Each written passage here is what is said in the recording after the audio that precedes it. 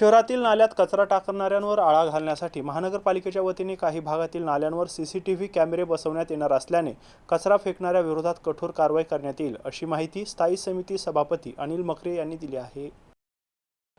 सध्या मान्सूनपूर्व नाल्याची सफाई मोठ्या प्रमाणात शहरात महानगरपालिकेच्या वतीने राबवण्यात येत आहे, परंतु नाले सफाई केल्यानंतर देखील काही नाल्यालगतचे नागरिक खुलेआमपणे नाल्यामध्ये सांडपाणी किंवा कचरा टाकताना दिसून येत आहेत।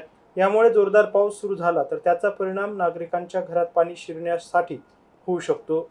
महानगरपालिकेच्या वतीने सतत ताकीद देऊन देखील नागरिक नाल्यात कचरा टाकत असल्याने त्यावर आळा बसावा म्हणून अशा नागरिकांवर करडी नजर ठेवण्यासाठी आता महानगरपालिका प्रशासन प्राथमिक स्वरूपात शहरातील गांधीनगर, औषधी भवन, भरूचनगर नाला, गोमटेश मार्केट आदी भागातील नाल्यावर सीसीटीव्ही कॅमेरे बसवण्याचा निर्णय महानगरपालिकेच्या वतीने घेण्यात आला आहे। यामुळे कचरा फेकणाऱ्या नागरिकांविरोधात कठोर कारवाई करण्याचे निर्देश देखील स्थायी समितीचे सभापती अनिल मकरे यांनी दिले आहे।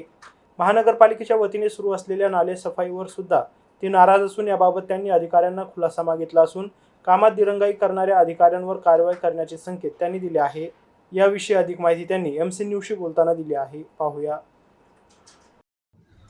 आता मोठमोठे जे नाले त्याला आता कॅमेरा लावणार आहे 2 दिवसात।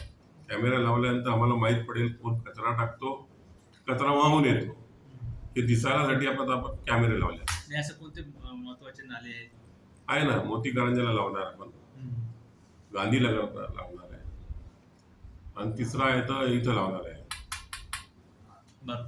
नाही औषधी बोललो, आणि चौथा इथं लावणार आहे आपण जनता बाजार, नाथ मार्केट। म्हणजे प्रशासन करडी नजर राहणार आहे आता कचरा फेकणाऱ्या किंवा नाल्यामध्ये जे काय चाललं खरं माहीत पडेल ना।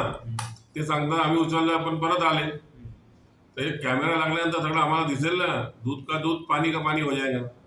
खरं कोण आहे खोटं कोण आहे दिसेल ना ते कॅमेरा लागल्यानंतर, आणि सगळ्याला दिसेल महापालिकेत काय चाललं म्हणून। मला एकट्याला नाही, ते सगळ्यांना दिसणार ना।